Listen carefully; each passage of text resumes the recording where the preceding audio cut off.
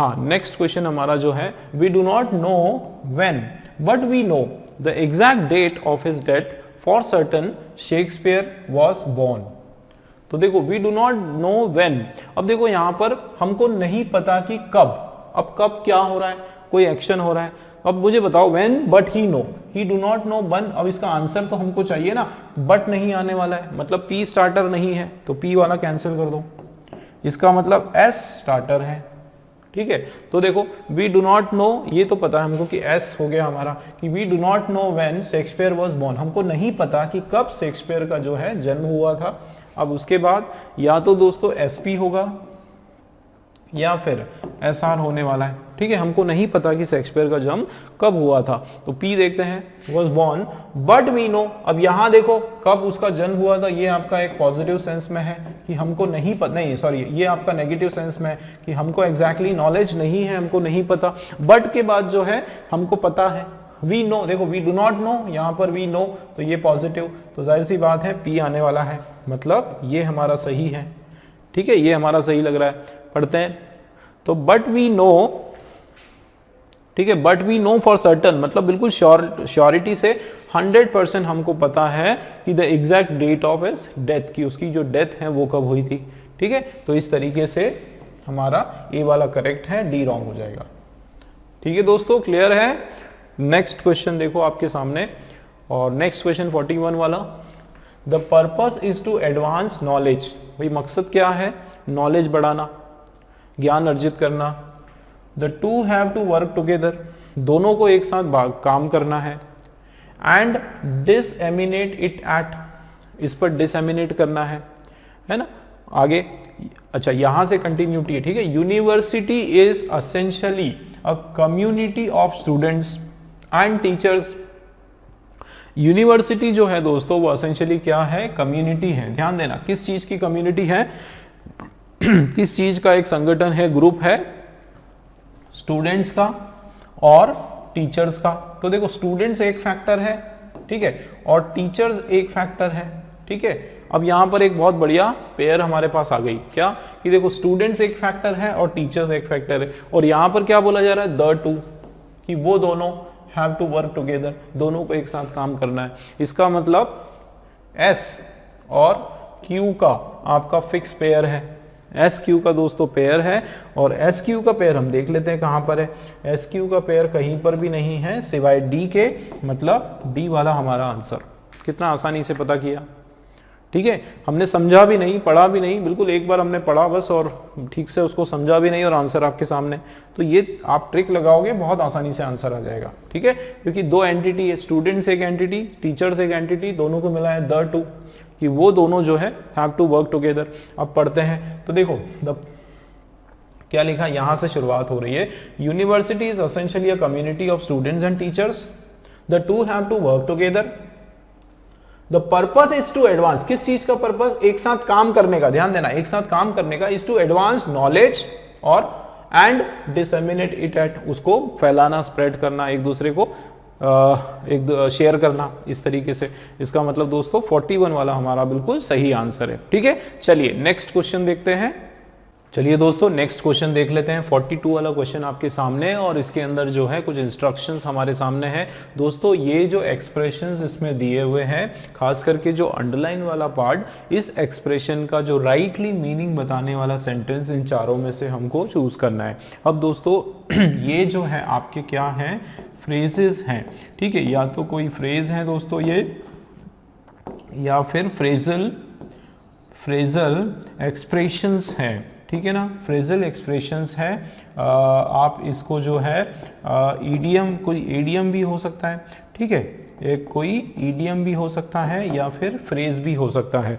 तो आपको जो है एक चीज ध्यान में रखना है कि दोस्तों ये वर्ड्स के जो मीनिंग है वो एग्जैक्ट मीनिंग आपको पता होना चाहिए। इसके अंदर कोई हिंट, कोई ट्रिक वगैरह काम नहीं आता है, बिल्कुल आपको याद रखना पड़ेगा। अगर ये कोई फ्रेज है या कोई इडियम है, बिल्कुल आपको एक बार उसका आपको पता होना चाहिए, ज़रूरी है कि उसका एग्जैक्ट आंसर क्या है। उसका रीज़न ये है दोस्तों, क्योंकि बहुत ही क्लोज मीनिंग वाले चारों सेंटेंस होते हैं, ठीक है। तो अगर आप ट्रिक वगैरह में जाओगे तो हो सकता है कि आप रॉन्ग कर दोगे, इसलिए मेरा सजेशन है कि आप लोग जो है इसको पढ़ें, इसकी प्रैक्टिस करें, ठीक है। फिर भी हम लोग कोशिश करते हैं। तो चलिए, तो फर्स्ट हमारे पास ये लिखा हुआ है, इसका मीनिंग भी अगर हम समझें तो भी काफ़ी हद तक हमको इसका आंसर जो है वो पता चल सकता है, ठीक है ना। तो देखो क्या लिखा है, पहले हम लोग इसको पढ़ेंगे, उसके बाद देखेंगे कि राइट इसका जो अल्टरनेटिव है या इसका जो मीनिंग है वो कौन से वाले सेंटेंस में हमारा निकल के आ रहा है, ठीक है ना। चलिए शुरू करते हैं। The institution decided to given, अच्छा टू गिवन नहीं होगा, the institution decided to give Mrs Royce, अच्छा decided to give Mrs Royce job to her son, not because she was a social worker but because she had died in harness. फिर से दोस्तों इसका meaning समझते हैं। इसका meaning अगर हमने समझ लिया हमको आंसर आ जाएगा, ठीक।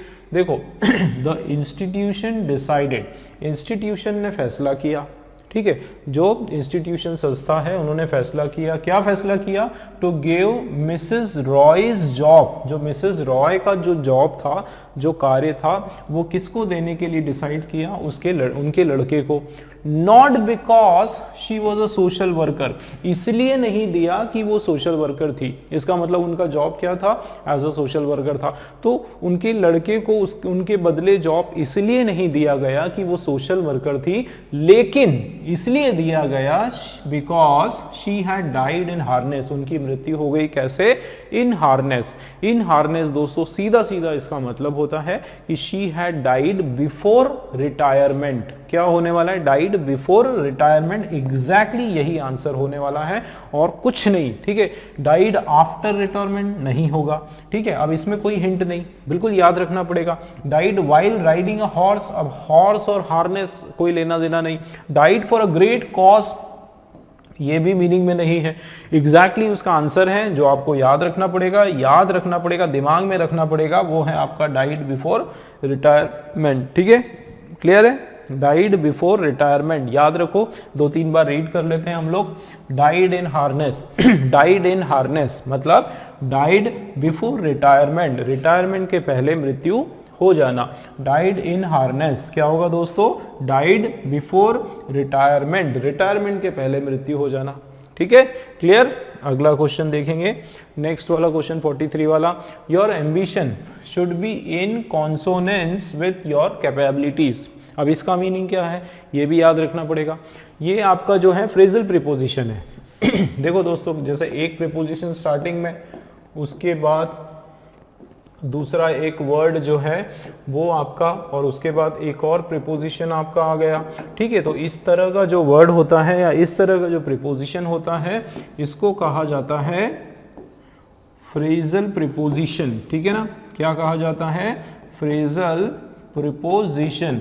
अब इसका मीनिंग भी होता है, देखो इस पर्टिकुलर वर्ड का क्या मीनिंग है, इन कॉन्सोनेंस विथ का मतलब होता है अकॉर्डिंग टू। क्या मतलब होता है, अकॉर्डिंग टू, या हिंदी में अगर बात करें तो के हिसाब से, बिल्कुल इसी तरीके से होगा, के हिसाब से, उसके हिसाब से। तो क्या होगा, इन अकॉर्डेंस विथ, ये हमारा बिल्कुल राइट हो जाएगा और यही हमारा आंसर होगा, और कुछ नहीं। आगे बढ़ते हैं क्यों मैं स्ट्रेस देता हूं दोस्तों, और कुछ नहीं, क्योंकि इसमें याद करना पड़ेगा, इसमें ज्यादा आपके पास कुछ ऑप्शंस नहीं है, ठीक है ना। आगे देखते हैं। I could not go up in life for want of proper guidance, ठीक है, ध्यान देना। I could not go up in life, मैं जीवन में जो है आगे नहीं बढ़ सकता, क्यों, for want of proper guidance मतलब विदाउट। अब ये फॉर वांट का मतलब होता है विदाउट, ठीक है, बिल्कुल याद रखना पड़ेगा। किसके बिना, प्रॉपर गाइडेंस के बिना। मैं जीवन में जो है अगर मुझे प्रॉपर गाइडेंस नहीं मिला तो मेरे लिए आगे बढ़ना बड़ा मुश्किल पड़ेगा। तो विदाउट, के बिना, बिल्कुल यही मीनिंग है। और इसका जो क्लोज किससे आ रहा है, फॉर लेक ऑफ, ठीक है, की कमी से, या आप ये बोल सकते हो विदाउट, या फिर की कमी से, या के कारण, की कमी के कारण। किसकी कमी के कारण, कि मैं अपने जीवन में जो है आगे नहीं बढ़ पाया, नहीं बढ़ सका, किसकी वजह से, की कमी से, प्रॉपर गाइडेंस की वजह से, या की कमी से, ठीक है। तो इसका जो है ए वाला राइट हो जाएगा कि फॉर लेक ऑफ, की कमी की वजह से। ठीक है, क्लियर है। आगे बढ़ते हैं, नेक्स्ट क्वेश्चन देखेंगे। देखो, दो ही वॉज एरोगेंट, एरोगेंट का मतलब होता है बहुत ज़्यादा उखड़ा सा व्यवहार, बहुत ज़्यादा रूड व्यवहार, किसी से ठीक से व्यवहार नहीं करना, गलत तरीके से बात करना, गुस्से से बात करना, रूडली बात करना, इस तरह का उसका नेचर है। ठीक है, अब दो आया दोस्तों, ध्यान देना। दो जो है, दो के बारे में मैं थोड़ा सा डिटेल बता देता हूँ आपको। देखो, एक वर्ड है दो और एक और वर्ड आप लगा सकते हो ऑल्दो।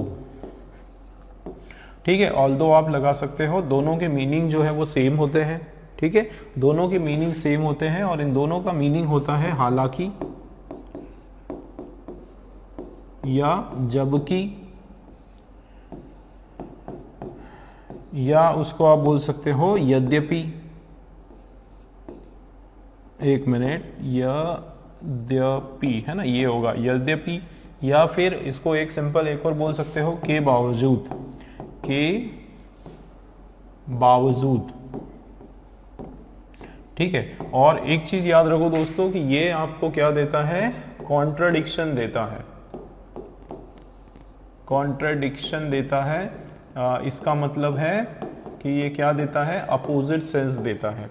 ठीक है, अपोजिट सेंस क्रिएट करता है। इसका क्या मतलब है, अगर इसके पहले पॉजिटिव सेंस में कोई सेंटेंस है तो बाद में नेगेटिव हो जाएगा, नेगेटिव सेंस में अगर सेंटेंस है तो बाद में पॉजिटिव हो जाएगा, और अगर शुरुआत में है, जैसे यहाँ पर सपोज दो से शुरुआत हो रही है सेंटेंस की, तो एक सेंटेंस फिर कॉमा फिर दूसरा सेंटेंस, तो इसमें भी वैसे ही होने वाला है। कैसा होने वाला है, अगर पहला सेंटेंस पॉजिटिव है तो ये उसका अपोजिट हो जाएगा, अगर पहला वाला नेगेटिव है तो यहाँ कुछ और जस्ट उसके अपोजिट बोला जाएगा।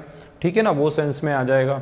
अब यहाँ पर आप देखो, दो ही वॉज एरोगेंट, कि एरोगेंट होना कोई अच्छी बात तो है नहीं, मतलब ये आपका पॉजिटिव नेगेटिव सेंस है, तो जाहिर सी बात है यहाँ पर क्या होगा, कोई ना कोई पॉजिटिव सेंस का वर्ड होगा। I could not dispense with his service, है ना, तो अब आप बोलोगे नॉट आया सर, डिस्पेंस आया, तो इसका लेकिन मीनिंग जो है वो क्या होगा, पॉजिटिव होगा। I could not dispense with his service का मतलब होता है मैं इसको क्या नहीं कर सकता, मैं इसको मना नहीं कर सकता। क्या नहीं कर सकता, मैं उसको ना नहीं कर सकता। Could not dispense with his services, मतलब मैं उसकी सर्विसेज से जो है डिस्पेंस नहीं कर सकता, मतलब उसको जो है कुड नॉट रिजेक्ट नहीं कर सकता, मैं उसको क्या नहीं कर सकता, रिजेक्ट नहीं कर सकता, मैं उसको मना नहीं कर सकता। ठीक है, ये नहीं करना, दोनों मतलब कुड नॉट, नॉट आया ना तो उसको नहीं करना, रिजेक्ट नहीं कर सकता, मना नहीं कर सकता, या फिर उसको हटा नहीं सकता। ठीक है, रिमूव नहीं कर सकता, उसको क्या नहीं कर सकता, रिमूव नहीं कर सकता। ठीक है,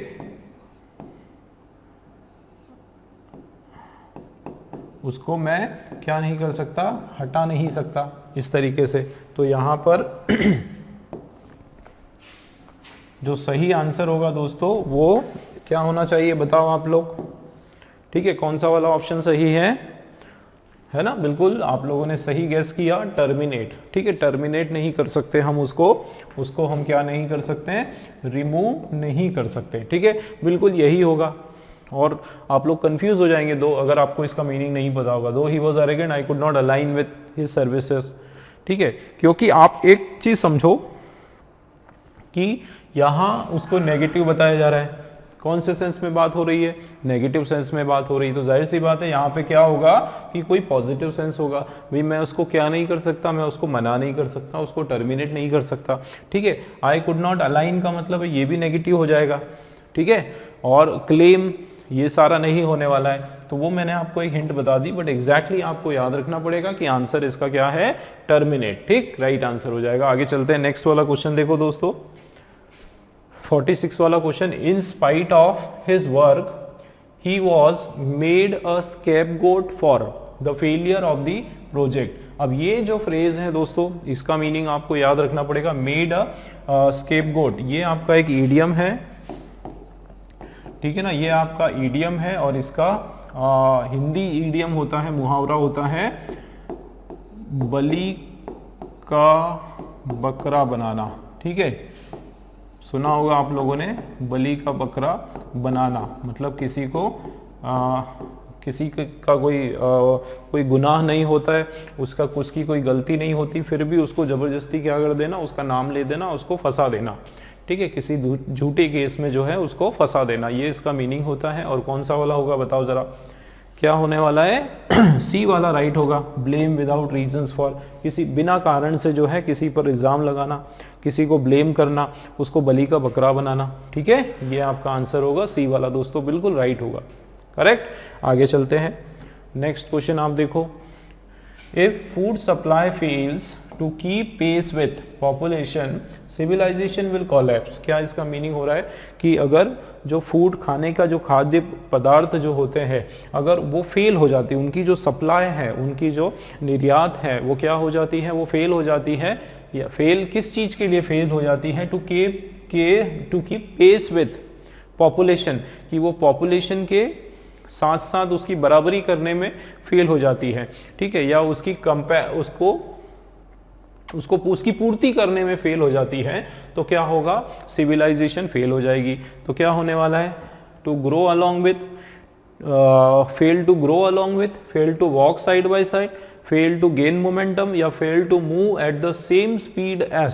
तो यहां पर जो है क्या बात हो रहा है दोस्तों कि इफ फूड सप्लाई जो है fail to move at the same speed, बिल्कुल क्लोज जो इसका आंसर एग्जैक्ट आंसर है वो डी से आता है, कि जितनी तेजी से, ध्यान देना, जितनी तेजी से जनसंख्या बढ़ती है, यदि उतनी ही तेजी से फूड का सप्लाई नहीं बढ़ा तो क्या होने वाला है? हमारी जो सभ्यता है वो कोलैप्स हो जाएगी, बिखर जाएगी, टूट जाएगी, ठीक है ना। तो इसका आंसर जो है ये है, बिल्कुल याद रखना पड़ेगा। If food supply fails to keep pace with, मतलब if food supply fails to move at the same speed as population then the civilization will collapse। ठीक, क्लियर है? डी वाला हमारा राइट आंसर। आगे चलते हैं दोस्तों, देखो इसमें लिखा है whether the rewards are in commensurate with the efforts or not। ठीक है, a society will always have workaholic and the shirk work group। देखो क्या बोला जा रहा है, वेदर का मतलब होता है कि, ये आपका इसके बाद जो है कौन सा सेंटेंस होता है दोस्तों, ये याद रखना, या तो वेदर हुआ या फिर इफ हुआ, ठीक है, वेदर हुआ, इफ हुआ, उसके बाद कंडीशनल सेंटेंस, ठीक है ना। क्या यूज करते हैं हम लोग? कंडीशनल सेंटेंस हम यूज करते हैं। तो देखो whether the rewards are incommensurate with the efforts or not, मतलब चाहे जो रिवॉर्ड्स हैं वो किसके हिसाब से ना हो, किसके बराबर ना हो, है ना, किसके हिसाब से ना हो, एफर्ट्स के हिसाब से हो या ना हो, society will always have workaholic, कि ये जो हमारा समाज है उसको हमेशा कैसे लोग होंगे? वर्कोहॉलिक और शिर्क मतलब वही मजबूत हार्ड वर्किंग वर्क ग्रुप्स होगा, कि चाहे उनको रिवॉर्ड मिले या ना मिले, है ना, उनका जो भी उन्होंने मेहनत की, जो उसका उनको रिवॉर्ड उसके हिसाब से उनको मिले या ना मिले, उसके बावजूद सोसाइटी जो है बहुत सारे लोग ऐसे उसके अंदर होंगे जो बहुत वर्कोहॉलिक है, मेहनती है, ठीक है। तो क्या होगा इसका मीनिंग कमेंसुरेट का दोस्तों? कमेंसुरेट का मतलब होता है, देखो whether the reward are incommensurate with efforts, तो इसका मीनिंग आपको याद रखना पड़ेगा दोस्तों। इसका एग्जैक्ट मीनिंग होता है डिस्प्रपोर्शनेट,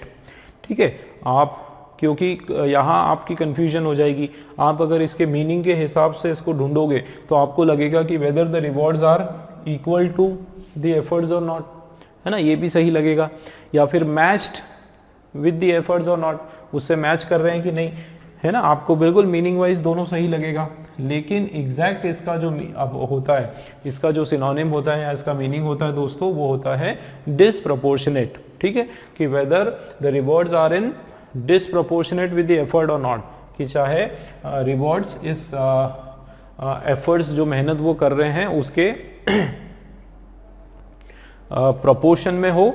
एक minute, whether the rewards are in commemorate with the efforts or not, कि वो उसके इक्वल नहीं भी हो या नहीं हो, उसके बावजूद जो है, इसको मुझे थोड़ा सा देखना पड़ेगा, एक कंफ्यूजन है, हम लोग इसको क्लियर कर लेते हैं, है ना। मैं चाहता हूँ कि राइट आपको आंसर मिले, तो इसमें एक मिनट, हाँ बिल्कुल ठीक है दोस्तों, डिसप्रोपोर्शनेट इसका सही आंसर है, ठीक है। क्यों मैंने चेक किया? क्योंकि यहाँ पर देखो इक्वल टू और मैच्ड बिल्कुल एक जैसे लग रहे हैं। बहुत सारे बच्चे ये आर्ग्यू भी करेंगे, बोलेंगे सर ये लग रहा है, सही लग रहा है, है ना। लेकिन दोस्तों ये आप जब सर्च मारोगे तो कमेंसुरेट का जो एग्जैक्ट मतलब होता है डिसप्रोपोर्शनेट, ठीक है ना, क्लियर है। अच्छा एक मिनट, क्वेश्चन आपका चेंज हो गया दोस्तों। यहां पर देखो क्या है, यहां पर क्या लिखा है, अपोजिट, ठीक है, अपोजिट लिखा हुआ है और अपोजिट, हाँ वही कंफ्यूजन हो रहा था दोस्तों, इसका अपोजिट हमको बताना है, ठीक है। क्वेश्चन चेंज हो गया, 48 वाला जो क्वेश्चन है ये हमारा एंटोनिम का क्वेश्चन है, ठीक है ना। किसका क्वेश्चन है, एंटोनिम्स हमको इसका बताना है। अब ये इसके वही मैं बताऊं कि कमेंसरेट जो है इसका मतलब होता है मैच करना, इक्वल टू, ये जो दोनों होते हैं दोस्तों, इक्वल टू और मैच, ये इसके सिनोनिम्स है, ठीक है ना। ये क्या है, ये इसके सिनोनिम्स है और इसका जो अपोजिट है वो होता है डिसप्रोपोर्शनेट। क्या होता है, डिसप्रोपोर्शनेट। प्रोपोर्शनेट का जस्ट अपोजिट क्या हो जाएगा, डिसप्रोपोर्शनेट, ठीक है, क्लियर है। तो ये एंटोनिम हमको इसमें फाइंड आउट करना है। चलिए नेक्स्ट क्वेश्चन देखते हैं, 49 वाला क्वेश्चन। इसमें भी हमको जो है सबके अब अपोजिट फाइंड आउट करना है, ठीक। देखते हैं क्वेश्चन क्या है। Wars leave behind a large number of emaciated soldiers in the camps of both the victorious and the vanquished, ठीक है। तो vanquished का मतलब होता है घायल, ठीक है, घायल या फिर बिल्कुल हताश, थके हुए, हारे हुए, इस तरीके से, और हताश, ठीक है। एक मिनट,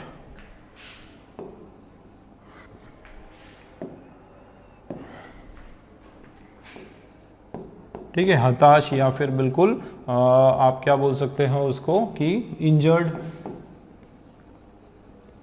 है ना, ये सेंस हो जाएगा। और उसके अलावा बोथ विक्टोरियस और vanquished we leave behind a large number of emaciated. अब दोस्तों इमेसिएटेड का मतलब क्या होता है, इमेसिएटेड का मतलब होता है थिन, ठीक है, थिन होता है या फिर वीक, कमजोर, थिन होता है, कमजोर होता है। और इसका अपोजिट क्या होगा, इसका अपोजिट होता है दोस्तों हैफ्टी, जिसका मतलब होता है फैट, ठीक है, या फिर स्ट्रॉन्ग। क्या होगा, फैट या फिर स्ट्रॉन्ग। तो याद रखो कि इमेसिएटेड का अपोजिट होता है हैफ्टी, इमेसिएटेड का अपोजिट होता है हैफ्टी, ठीक है। डिसइल्यूजन का मतलब होता है डल, क्या होता है, डल या फिर शाय, है ना, शाय या फिर टायर्ड, अलग सेंस में हो जाएगा। थिन मतलब दुबला पतला, तो ये तो इसका क्या हो गया, ये इसका सिनोनिम्स हो गया, ठीक है, सिनोनिम्स हो गया। और डिटरमाइन मतलब एकदम दृढ़, एकदम दृढ़ या फिर स्ट्रॉन्ग, तो ये इसका मीनिंग में नहीं आ रहा है। हैफ्टी स्ट्रॉन्ग भी है लेकिन थोड़ा मोटा शरीर से, शरीर के हिसाब से, कि जब सोल्जर जो बच जाते हैं कैंप में, उनके पास खाना वगैरह सब खत्म, फिर फिनिश हो जाता है, तो वो अपने आप दुबले हो जाते हैं, उनकी हालत बिल्कुल खराब हो जाती है, उनमें ताकत नहीं होती। उसका जस्ट जो अपोजिट है वो क्या होगा, हैफ्टी, ठीक है। नेक्स्ट क्वेश्चन देखते हैं। There was a mammoth gathering to listen to the leader. Mammoth की मतलब देखो, मैमथ बड़ा हाथी जो होता है ना, बहुत यूज हाथी होता है, use.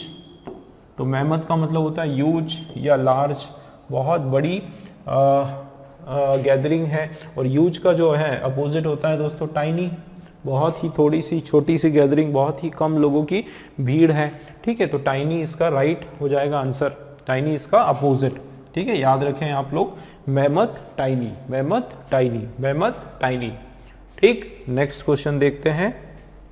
The audience thoroughly enjoyed the hilarious drama. Thoroughly का मतलब होता है थ्रू आउट, बिल्कुल शुरू से आखिरी तक ये जो ऑडियंस है उन्होंने क्या किया, एंजॉय किया। क्या एंजॉय किया दोस्तों, हिलेरियस। हिलेरियस का मतलब होता है बहुत ही फनी, वेरी फनी, बहुत ही मजाकिया, बहुत ही बिल्कुल हंसा के लोटपोट जो कर देने वाला ड्रामा है।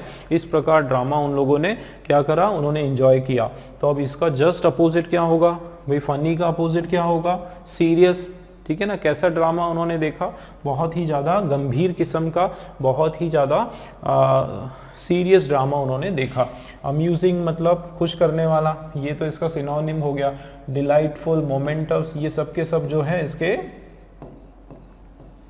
सिनोनिम्स ज्यादा लग रहे हैं, ठीक है, इसके समानार्थी शब्द लग रहे हैं। सीरियस हमारा राइट आंसर हो जाएगा। नेक्स्ट क्वेश्चन देखते हैं।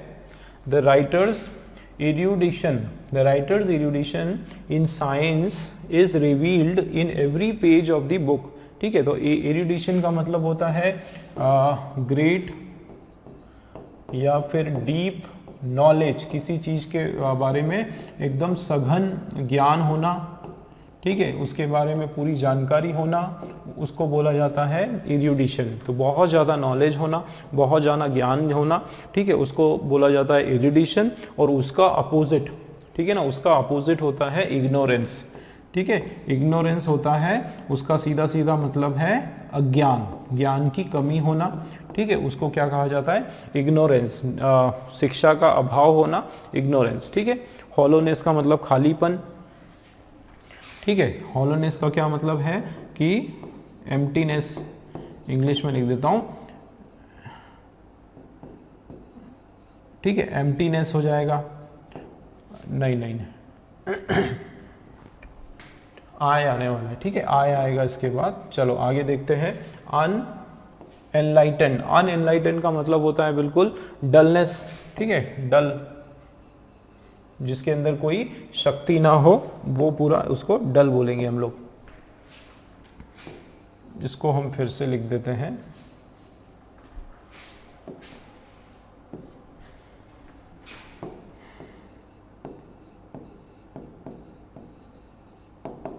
चलिए, तो ये क्लियर हुआ आपका। इग्नोरेंस जो है ये हमारा राइट आंसर है, इग्नोरेंस बी वाला। नेक्स्ट क्वेश्चन देखते हैं 53 वाला आपके सामने। The seminar which Ravi organised proved to be momentous event. कि जो सेमिनार जो रवि ने ऑर्गेनाइज किया था, रवि ने कंडक्ट किया था, वो कैसा हुआ? बड़ा मोमेंटस इवेंट रहा, बड़ा यादगार रहा। ठीक है, बड़ा यादगार रहा, या बड़ा क्या रहा? इंपॉर्टेंट रहा। ठीक है ना, बड़ा इंपॉर्टेंट रहा, महत्वपूर्ण रहा। तो जाहिर सी बात है उसका अपोजिट क्या होने वाला है दोस्तों? ट्राइवियल। क्या होने वाला है? ट्राइवियल। इसका मतलब सिंपल सा होता है अनइम्पॉर्टेंट। अनइम्पॉर्टेंट, जो बहुत ज्यादा एकदम इंपॉर्टेंट नहीं हो बिल्कुल, उसको बोला जाता है। और वेन का मतलब होता है बिल्कुल खराब हो जाना। ठीक है, वेन का मतलब होता है खराब हो जाना, बिगड़ जाना।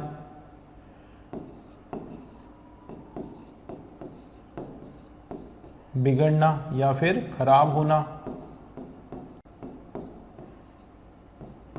है ना, ये सेंस में आता है। फ्यूटाइल का मतलब भी होता है एकदम डल। फ्यूटाइल का मतलब होता है एकदम आप बोल सकते हो कि फेक।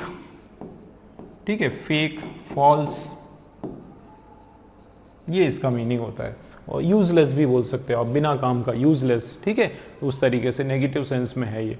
ठीक है, तो ये अच्छा, फेक की स्पेलिंग गलत हो गई, FAKE, फेक। ठीक है, नेक्स्ट, एक मिनट इसको क्लियर कर देते हैं।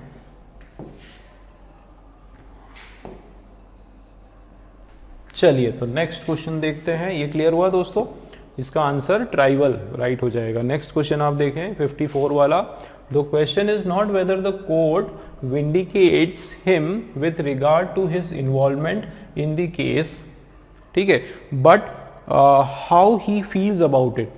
देखो, प्रश्न ये नहीं है कि ये कोर्ट जो है क्या करेगी? विंडिकेट्स करेगी। अब विंडिकेट का मीनिंग आपको पता होना चाहिए और इसके लिए आपकी वोकेबलरी स्ट्रांग होना चाहिए। ठीक है, अब विंडिकेट का मतलब क्या होता है दोस्तों? दोष मुक्त करना। दोष मुक्त करना, किसी को किसी पनिशमेंट वगैरह से या किसी सजा से जो है आज़ाद कर देना, ऑफिशियली उसको छुटकारा दे देना, ऑफिशियली उसको जो है दोषामुक्त कर देना, उसको उसके अच्छे व्यवहार के कारण उसको छोड़ देना।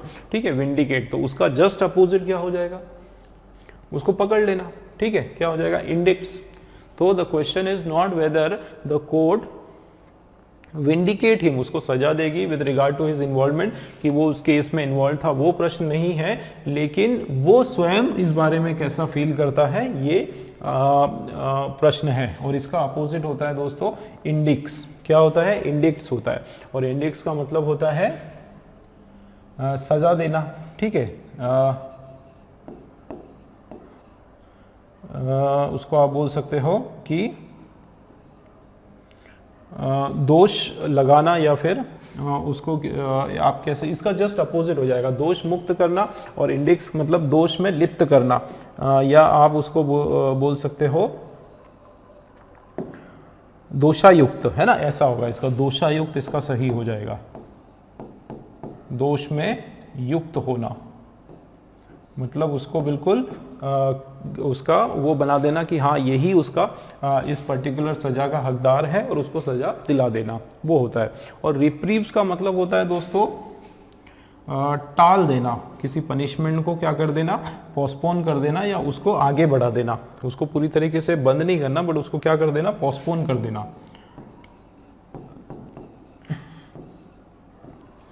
Postpone the punishment,